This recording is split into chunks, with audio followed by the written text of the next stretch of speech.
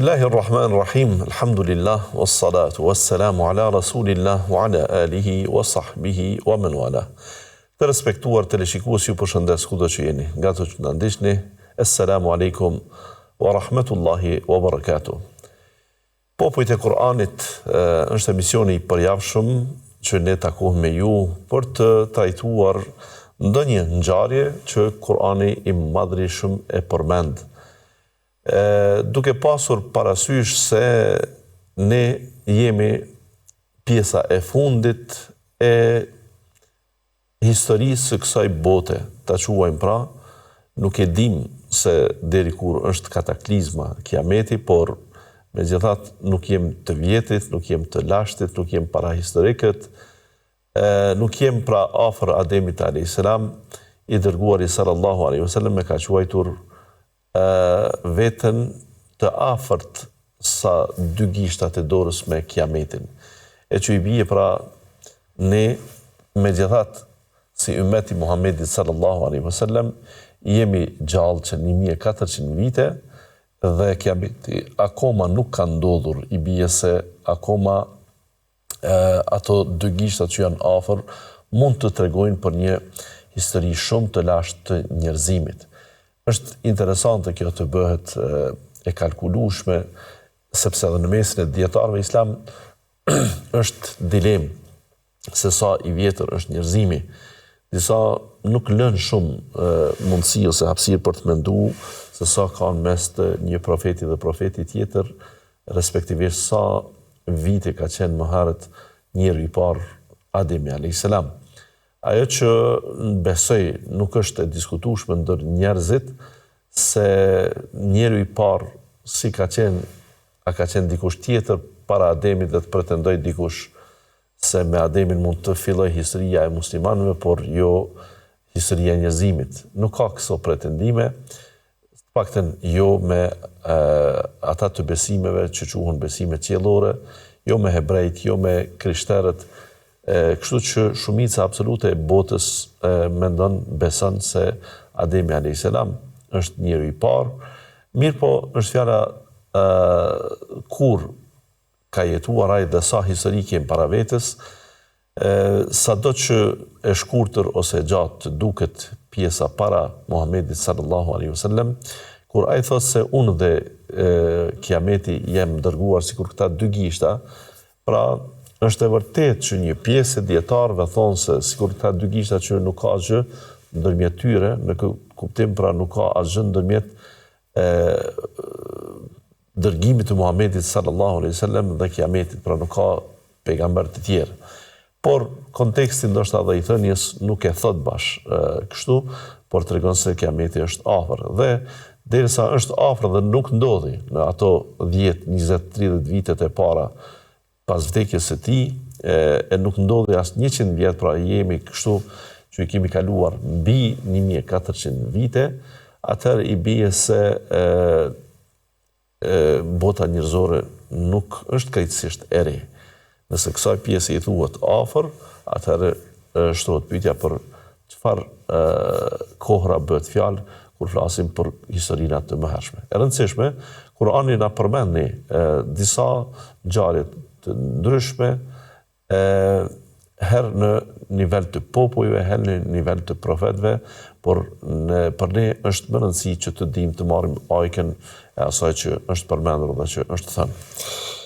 Sot do të jemi me një personalitet që nuk është popull, por bëhet fjalë për një thirrje interesante të një personi që për ne është me interes të dim më gjithësisht se kush është ai dhe se çfarë kanë qenë mësimet e tij. Është fjala për Lukmanin alayhi salam. Po i them paraprakisht alayhi salam dhe te kjo shprehje alayhi salam është mirë që të dinë të gjithë se ne i themi zakonshëm profetëve. Kur përmendet një profet, e themi dhe shprehin alayhi salam. Nëse e shikojmë në kuptim të saj, këtë fjali, ose këtë tokë fjallësh, i bie paqja qoftë mbi te. Paqja qoftë mbi te duhet vetëm profetët t'ua gëzojmë paqen atyre, t'ua dëshirojmë paqen, apo mund t'ja dëshirojmë edhe dikuj tjetër, edhe të gjallëve. Përgjigja është shumë e lehtë dhe e thjeshtë. Ne në fakt kur takohemi me dikën i themi Esselamu alaikum. Pra paqja qoftë mbi ty. Paqja i dëshirohet të gjithë njerëzve pa dallim, të gjithë besimtarëve, pra pa dallim. Në këtë rast për profetët pse ka mbetur që të thuhet për ta alaihi selam, ose pse për sahabët të thuhet radhiyallahu anhu, Allahu qoftë i kënaqur me ta. Pra këto janë lutje të cilat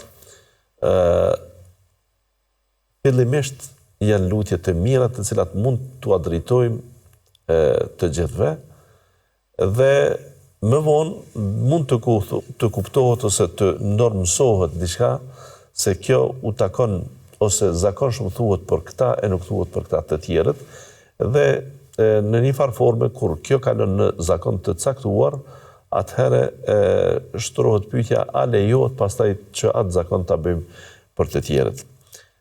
Duhet ta bëjmë një interpretim këtu rreth kësaj çështje se alayhi salam guxojmë të themi edhe për njerëz të tjerë, edhe që nuk kanë qenë profet. Nuk është pra gabim të thuhet një gjë e tillë. Ne në hyrjet tona si hoxhallar kur ligjerojmë themi ndër tjerat, was-salatu was-salamu ala nabiyina Muhammed. Edhe salati, edhe selami, edhe lutja, edhe paqja, qoftë mbi profetin ton Muhammedin sallallahu alaihi wasallam. Wa ala alihi, dhe mbi familjen e tij. Pra ne e dërgojmë paqen edhe për familjen e tij. Wa sahbihi, edhe për shokët e tij. Të gjithë, ejma'in, ose e vazhdojmë ndonjëherë, wa man tabi'ahu wa tabi'ahum bi ihsanin ila yawmiddin. Edhe mbi ata që e kanë pasuar atë dhe i kanë pasuar dhe ata sahabët deri në ditën e gjykimit. Pra, ne salavate edhe selame kemi të drejtë të dërgojmë edhe për të tjerët, kështu që a priori, edhe pse është e mësuar gjuha dhe veshi jonë që t'i themi kur përmendën profetet, dhe veshi jonë kur të përmend një profet të dëgjoj me pas fjalën alayhi salam, megjithatë ta kem parasysh se nuk është e dëmshme e nuk është e ndalueshme në mënyrë decisive që të përdoren këto shprehje edhe për figura tjera, edhe për ndonjë dietar, edhe për ndonjë sahabi ose të ngjashme. Edhe pse ne e respektojmë atë zakonin e përgjithshëm që këtë ta themi vetëm për profet. Dikush mund të na thotë më njëherë, po çfarë është momenti që ju të na sqaroni këtë kur jeni duke folur për popujt e Kuranit? Momenti është shumë ideal të sqarojmë këtë sepse Lukmani i urt ose Lukmani urtaku është një njeri që përmendet në Kur'an dhe jo vetëm përmendet, por zëvend një sure që quhet edhe surja e Lukmanit. Pra, disa urtësi të këtij njeriu të madh janë përmendur në Kur'an. Fjalët e urta a mund të jenë si rezultat i dijes së dikujt, i përvojave të tij, apo mund të jenë edhe rezultat i inspirimeve dhe i shpalljes. Dhe cilëdo që tjetë për ne e përbën Lukmanin një person shumë me ndikim në jetën tonë, se Allahu Gjelle Gjelaluhu pra jo vetëm ka përmendur Lukmanin si një njeri në vazhdën e njerëzve që përmend Kurani, por e përmend atë si një urtak i cili urtësitë e tij dhe këshillat që i ka dhënë djalit e tij janë të radhitura aq mirë sa që ne na bën të jemi koshient të dim. A ka qenë profet ky njeri?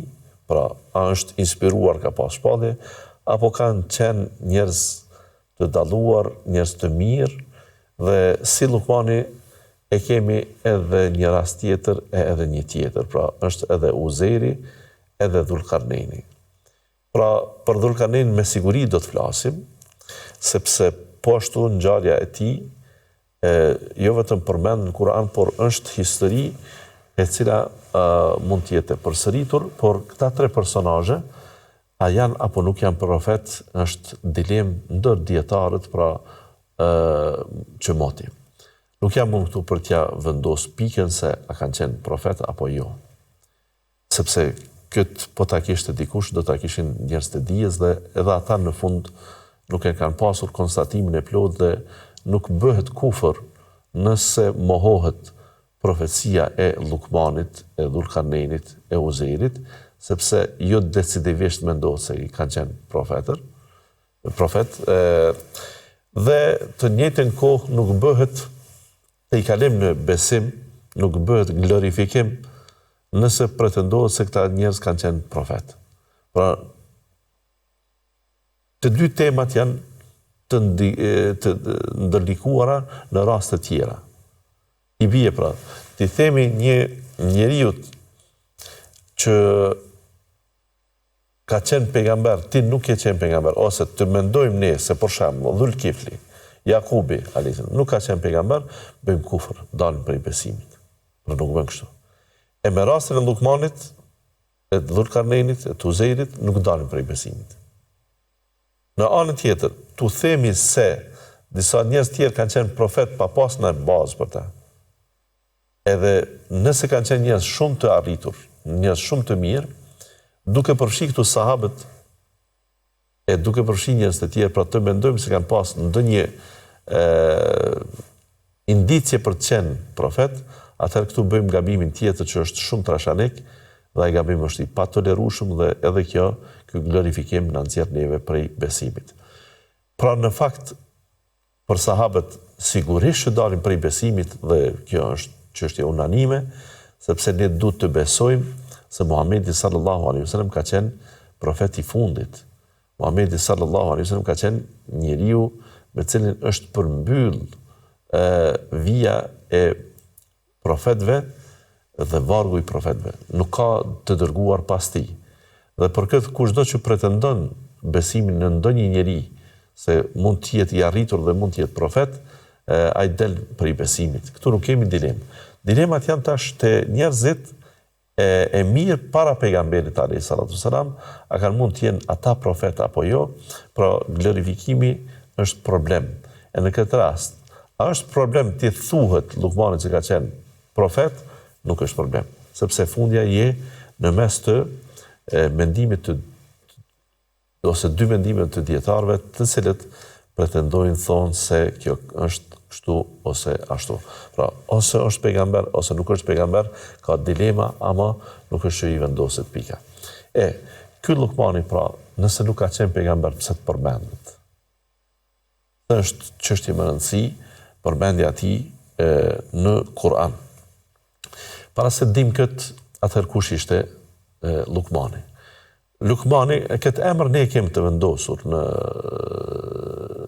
të njohur në mesin ton, Lukman me L e themi, nuk kemi ndonjë arsye se ta bëjmë ashtu, por kanë mbet dhe po t'i pyesësh shumicën e njerëzve për këtë emër, do ta quajnë Lukman me L. Sikur që do ta quajnë Bilalin, muzinën e pejgamberit sallallahu alaihi wasallam me L. Madje ky emri Bilal është tepër interesant pse duhet të bëhet me L, kur vetë emri i ka dy L brenda tij, Bilali. Pse si thuhet Bilali, pra, ti bën dyjat L, por ne njërën, pra të parën e bëjmë L, ashtu siç është origjinale, të dytën L, dhe do të ishte mirë që kurdo, sidomos kur i vendosim fëmijëve emrat e tillë, pra emrin Bilal, ta mësojmë gjuhën dhe ta njohim pra me këtë emër Bilal me dy rastet L, e asnjëri prej tyre L. Edhe te Lukmani, pra Lukmani, dhe do të ishte mirë që ta mësojmë gjuhën që të jetë Lukman e jo Lukman. Arsye se nuk ka pra pse të bëhet këtë deformim dhe ne do ta quajmë Lukman, Lukman el Hakim, Lukmani i urtë e tjera. Njihet pra me urtësi, sepse urtësia wa men yu'tal hikmete faqad utiya khayran katira. Allahu Jalla Jalaluhu është vet hakim. Këtë urtësinë sikur shumë atribute, sifate që janë të Allahut, por u ka dhënë edhe krijesave të tija, natyrshëm që krijesat nuk jemi me absolutet, nuk jemi me përmbushje të plotë të atyre sifateve, por megjithatë i posedojmë. Jemi njerëz, kemi mëshirë, edhe pse mëshira jonë nuk është si mëshira Allahut Jalla Jalaluhu. Jemi njerëz dhe shohim e dëgjojmë, flasim, ndjejmë e tjera, kemi plot prej cilësive që janë hynore, janë të Allahut, por kur bëhet këtu dallimet e këto cilësi, nëse këto cilësi i kanë edhe krijesat, edhe krijuesi, atëherë prapë ne e dimë se nuk mund t'i ketë krijesa aftësitë e krijuesit në ato cilësi. Ne jemi të mangët, ne jemi të mëshirshëm, por jo sa mëshira Allahut. Ne shohim, por jo sa sheh Allahu, ne dëgjojmë, por jo sa dëgjon Allahu, e tjera. Në këtë rast edhe urtësinë, Allahu thotë e kujt Allahu ja jep urtësinë, atij i është dhënë hajër i madh, i është dhënë dobi e madhe, i është dhënë mirësi e madhe. Atëherë kjo i bie se urtësia pra jepet, dhurohet. Allahu Jalla Jalaluhu po ta jep ka këtë, apo?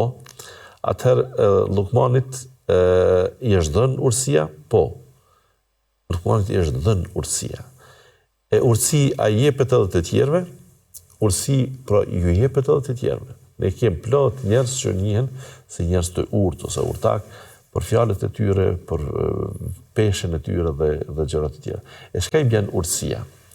Urtësia është gjë shumë e çmueshme në virtytet njerëzore. Urtësia është që njeriu të di të përdor atë që Allahu Jalla Jalaluhu i ka dhënë, të përdor të mirën në vendin e duhur, në kohën e duhur, në momentin e duhur. Dhe të di të shmangët prej të dëmshmeve.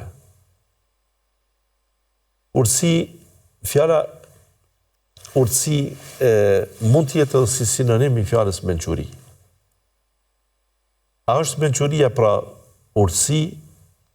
Mençuria është urtësi, ose në urtësi ka mençuri, por jo e tërë mençuria është urtësi. Pra i bën se fjala urtësi është më e gjerë se sa fjala mençuri. E që i bie pra krahas mençurisë, njeri ka edhe aftësinë e durimit, aftësinë e shikimit të gjërave në distanca të largta, aftësinë e faljes, rrjedhimisht pra, dhe gjitha këto janë urtësi të cilat janë shumë të çmueshme në kuadër të virtyteve dhe vlerave të njeriut. Allahu po thot pra kujt ai ja jep urtësinë i është dhënë hajër i madh. Njeriu që është i urtë nuk ndeshet me të tjerët. Pse nuk i bëjnë padrejësi atij? Jo. I bëhen edhe atij padrejësi. Por është i aftë di të menaxhojë situata dhe është i aftë që të dalë nga situata të këtilla të papërshtatshme, duke mos shkaktuar dëme. Ka plot njerëz që e fitojnë të drejtën e tyre, por e fitojnë me dëmtime dhe me pasoja. Pra shumë thjesht, e merr të drejtën e vet por der gjak, e merr të drejtën e vet por shkakton dhunë, dhimbje. E merr të drejtën e vet por mund të bëjë dëme materiale, kolaterale. E tjera. Ka mundësi që njeriu, populli e thot, me nxjerr sikur kimën prej klynit. I bie pra mos me e dëmtu pasurinë, edhe mos me lënë të keqen pra aty ku nuk e ka vendin. Kjo i bie që urtësia ne na mëson shumë, na jep shumë maturi, shumë mençuri, shumë largpamësi, shumë vizion, dhe kjo e bën që njeriu të jetë i çmueshëm dhe këshillat e tij do të ishin jashtëzakonisht të dobishme. Ne edhe jo rastisht e themi për ndonjë fjalë të mençur, themi thot një fjalë e urtë popullore.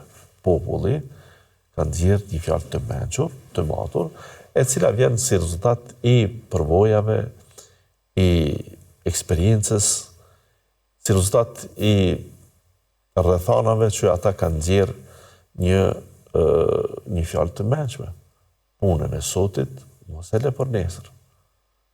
Nuk është ndoshta ndonjë filozofi shumë, por duke pas parasysh se gjendja e kohës së lirë që mund ta kesh sot, të jepet me kuptu se ti edhe nesër je i lirë, edhe pas nesër do t'jesh i lirë. E kjo puna jote që mund të bëhet sot, mund të bëhet edhe nesër, edhe pas nesër, sepse ti je i tillë, i lirë je. Mirë po, përvojat njerëzore kanë mësuar se gjërat në jetë mund të jenë të paparashikueshme. Gjërat në jetë mund të jenë edhe të tilla që nuk janë të perceptueshme prej kohës kur ne i mendojmë ato. Dhe e nesërmja mund të sjell gjëra të reja, të cilat sot as që i kam pas në mendje. Sepse gjithësia nuk varet nga ajo që unë e kam në dirigjim, në mendje dhe në përkufizimet e mia. Gjithësia dhe jeta jonë përbëhet për shumë elementeve të tjera të cilat absolutisht ne mund të mos i kemi parasysh. Dhe e nesërmja jonë mund të jetë shumë ngarkuar dhe nuk na lë hapësirë që ta bëjmë punën që mund ta kemi menduar se do ta bëjmë nesër. Andaj populli e tha, këtë fjalën e urtë, e tha edhe në gjuhën shqipe, edhe në gjuhën arabe, në gjuhë tjera, pra fjalët e urta dhe bartën prej gjuhës në gjuhë, prej popujve në popuj, e pra punën e sotit mos e lë për nesër. Pra këto fjalët e urta, fjalët e mençura dalin si rezultat i përvojave që njerëzit i kanë nxjerrë dhe ato kur përcillen, nuk themi se janë postulate, nuk themi se janë fjalë hynore që ajo nuk bëhet ndryshe përpos që ka thënë Allahu, mirë po zakonshëm fjalët e tilla duhet t'i shtim në xhep, duhet t'i marrim parasysh, sepse kanë ardhur si rezultat i meditimeve dhe i përvojave të tjerëve, të cilat janë shumë me interes për ne që ti marrim ato përvoje dhe t'i fusim në jetën tonë. Lukman Hakimi, pra njihet edhe Lukmani i urtë, Allahu i kishte dhënë urtësi dhe i kishte dhënë diçka që nuk do ta kishte lehtë ai ti meditonte vetë dhe ti nxjerrte vetë, sidomos kur do të shohim se çfarë i dha për këshillave djalit tij, që i ka dhënë mbi 10 këshilla që i kemi në një faqe të Kuranit të përmendura. Allahu xhalla xhelalu ato na interpreton dhe ne do të përfitojmë nga rasti që ato këshilla të ndajmë së bashku me ju. Mirë po, Lukmani si një njeri i tillë kishte jetuar në një kohë, thuhet, për këtë që thuhet është shumë afër të vërtetës, se e ka pas të afërm Ejubin a.s. Dhe jo rastisht ne po e mësojmë këtë edhe pasi është përmendur edhe Ejubi a.s. Edhe Shuajbi, po është përmendur edhe Yunusi a.s. Ky ka qenë i afërm me një lidhje familjare me të. Në versionet të ndryshme, dikush e thot se mund të ketë qenë djalë teze, domethënë i Ejubit a.s. të ngjashme. Disa thonë ka qenë në kohën e Davudit a.s. krejtësisht. Por mendimi më i saktë është se Lukmani ka qenë në kohën e Ejubit a.s. ose aty diku, dhe ka jetuar deri në kohën e Davudit, sa që thuhet se Davudi a.s. ka marrë shumë prej mësimeve nga Lukmani, cilat mësime i kanë shërby atij në jetë dhe ka qenë këshilltar jashtëzakonisht i mirë.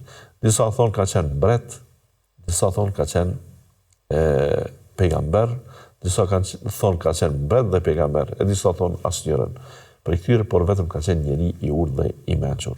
Që ka ekzistu ky personalitet dhe që ka jetu dhe ka lënë gjurmë mbrapa, është fakti që këto ja ka dokumentuar libri i shenjtë Kurani. Se cilat ishin urtësitë e Lukmanit, ne do të bëjmë këtu një shkputje dhe pas një pauzë të shkurtër do të kthehemi dhe do të sqarojmë ato. Të ndrojmë ne.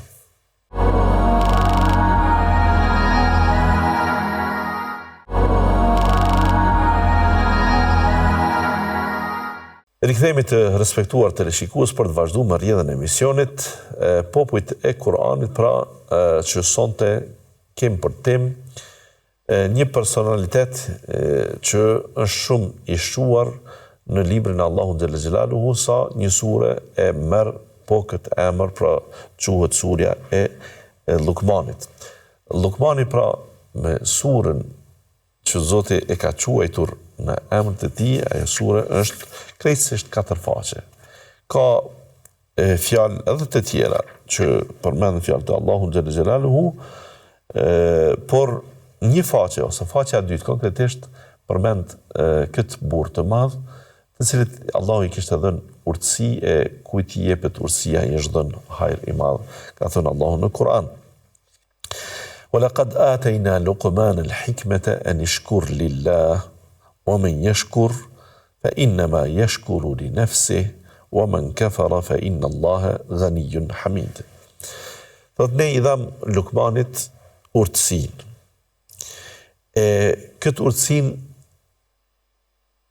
ta përdor në një gjë shumë madhështore, eni shkur lillah, që të jetë falendërues për Allahun. Wa men yashkur fa innama yashkuru li nafsihi. Kush falenderon, në fakt falenderon për vetveten, wa men kafar, e kush mohon, fa inna Allaha ghaniyyun hamid. Padyshim Allahu është i pasur dhe është i falendëruar.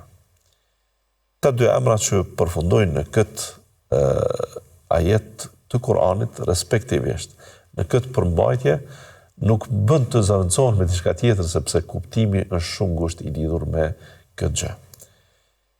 Ne i dham Lukmanit, thot Allahu, urtësi. Për çfarë? E përmend pra urtësinë që ai të falenderojë Zotin. A do të ishte në gjendje Lukmani dhe njerëz të tjerë ta gjenin Allahun vetvetiu. Kjo nuk është gjë e lehtë.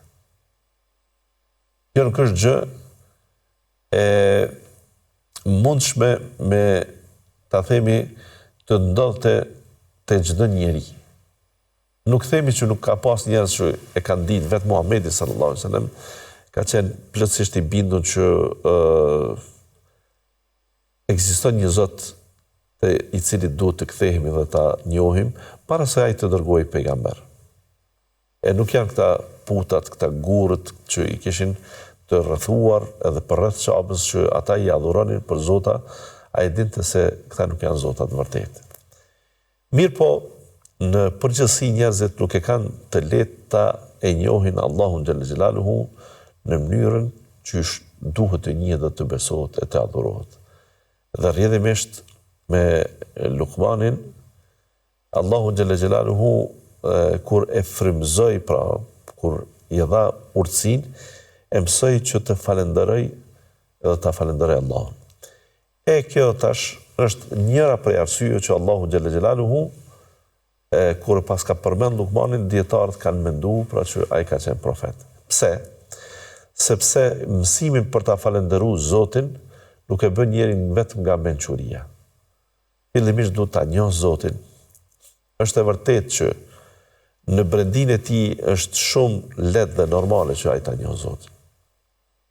Në brendin e tij njeriu pra është i lindur dhe me vete e sjell edhe besimin. Nuk kemi dilemë në këtë. Mirë po, se si ta falenderoj Zotin kur ai nuk është krijesë. Se si ta falenderoj Zotin kur nuk është dikush i ngjashëm si ai. Se si ta falenderoj Zotin kur ai nuk është i qasshëm fizikisht që ti ta shohësh atë. Ta prekesh atë. Ta dish se si falenderohet dhe si nderohet. Ne me njerëz bëjmë falenderime në mënyra të ndryshme, teorike dhe praktike. Falenderime me fjalë dhe falenderime me vepër. Wa'malu ala Daud shukra. Allahu thot veproni falenderim familjes së Daudit. Veproni falenderim, pra nuk thot thoni faleminderit, por bëni punë të falenderimit. Punë të falenderimit ne i perceptojmë lehtë në jetën tonë të përditshme. Kemi shumë të tilla që i njohim si punë të mira, të cilat vinë si rezultat i një falenderimi për dikën që ta ka bërë një të mirë. Pra, për këtë falenderimi është shpesh herë dhe material, jo vetëm emër abstrakt dhe jo vetëm vlerë morale, por është edhe materiale. Njerëzit madje shpesh herë dinë të kënaqen me njërin e jo dhe me tjetrën, ose të kënaqen me dyjat. Por po ti vendosje në peshore shumica e njerëzve e duan falenderimin me vepër më shumë se sa falenderimin me fjalë.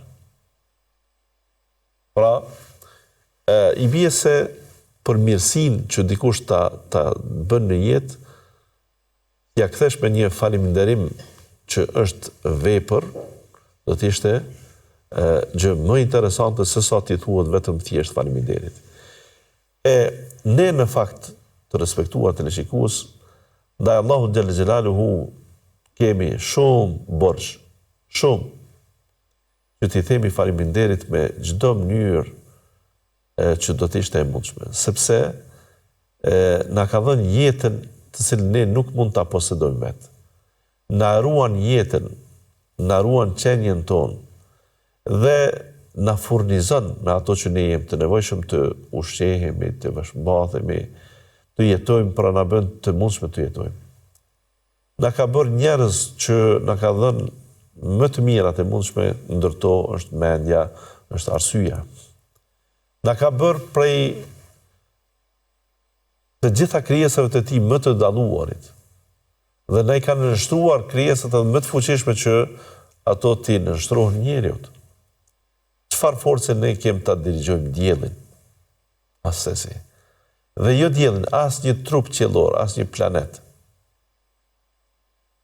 Por të gjithë notojnë në një orbit, në një kozmos, e notimi tyre është në të mirë të jetës tonë, të jetës e njerëzve, ani pse ne nuk jemi meritor për një gjë të tillë. Ani pse ne dimë të mëkatojmë edhe të jemi gjunaqar, karshi të mirat të Allahut xhallal xhelaluhu. Megjithatë, pra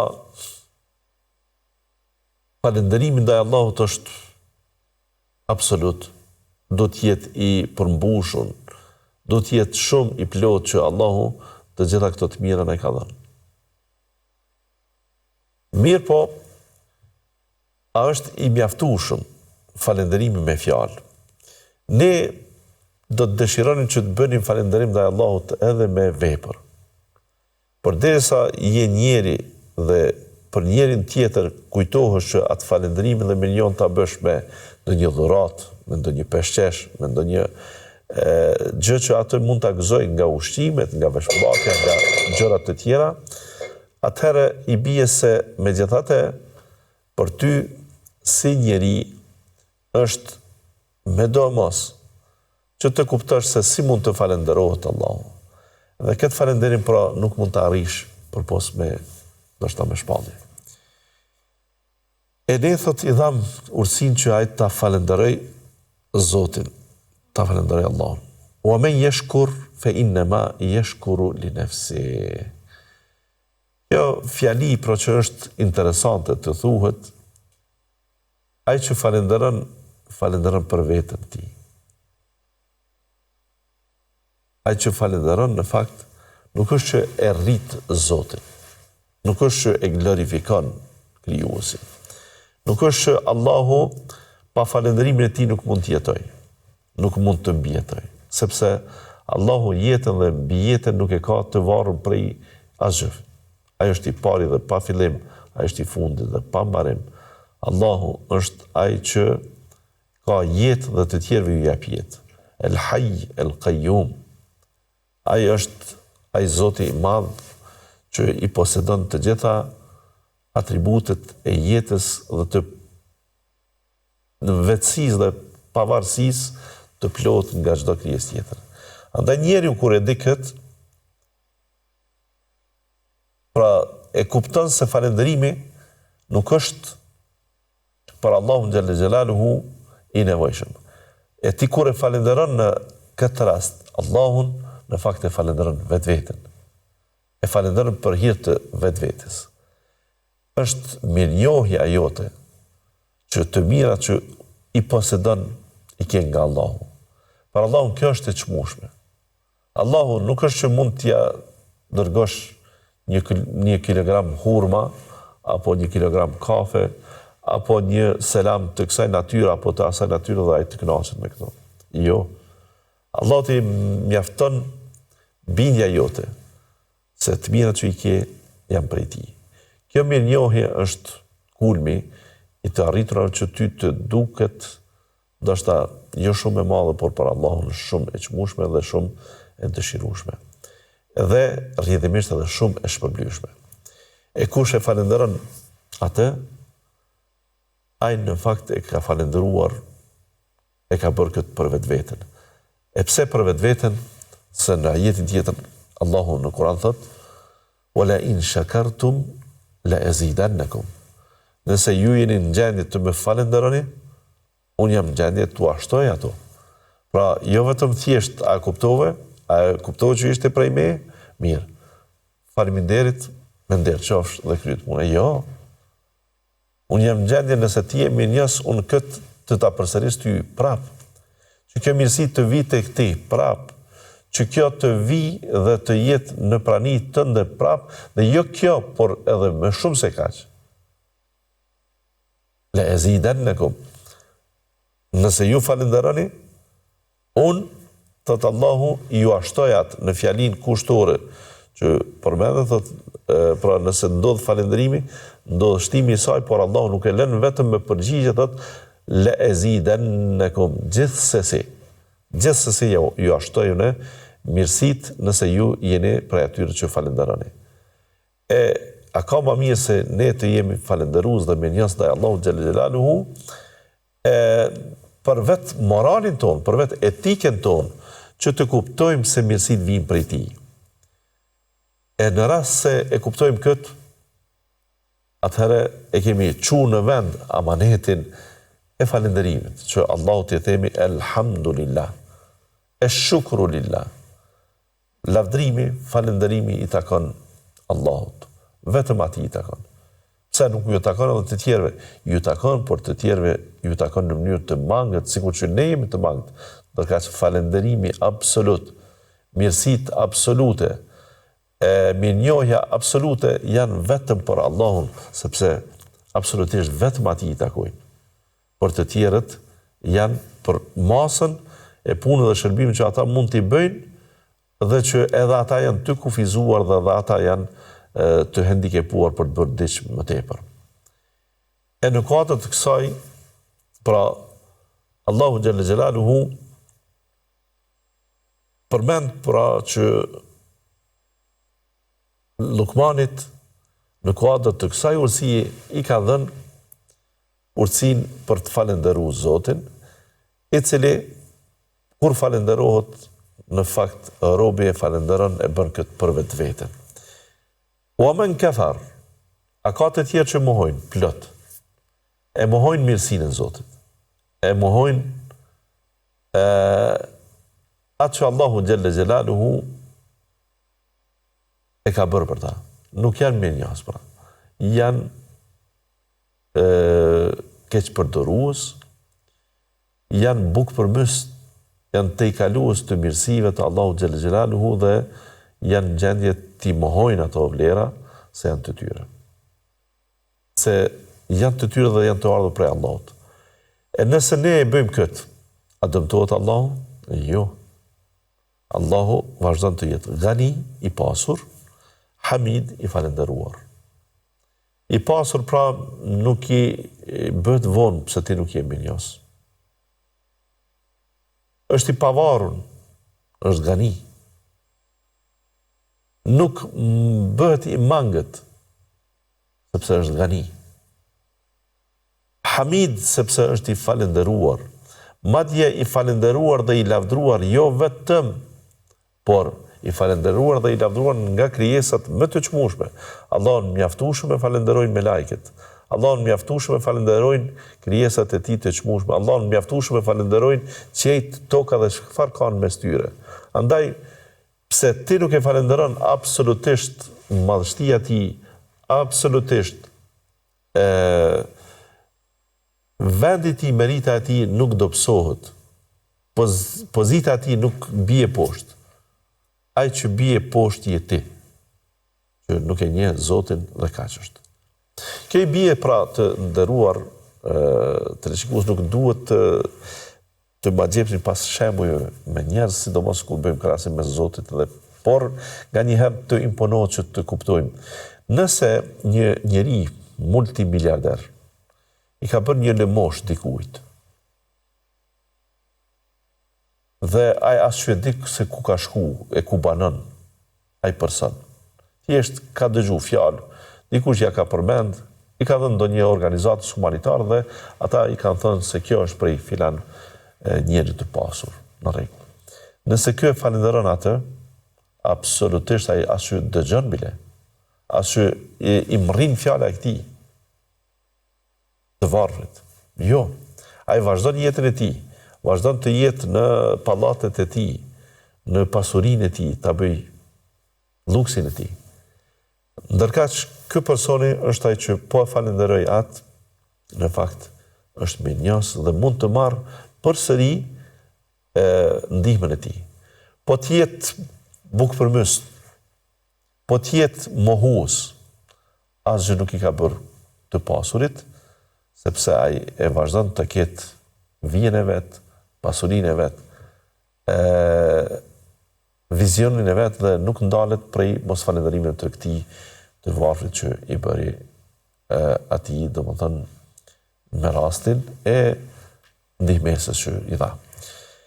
Të nderuar teleshikues, Lukman Hakimi ka dhënë shumë këshilla. Unë vetëm këtë pjesën e parë e mora, që Allahu po tregon se Lukman i kemi dhënë këtë urtësi, ndërkaq se çfarë ai tha birit e tij, djalit e tij, prej këshillave, prej kuranore, pra që Allahu na i interpretoi në Kur'an, ne do të shohim në javën tjetër të gjitha ato këshilla, secila më e çmueshme se tjetra, për të pasur se çfarë e bëri këtë Lukman të mendohet se të ishte edhe profet. Deri atëherë ju lënë në kujdesin e Allahut. Wassalamu alaikum wa rahmatullahi wa barakatuh.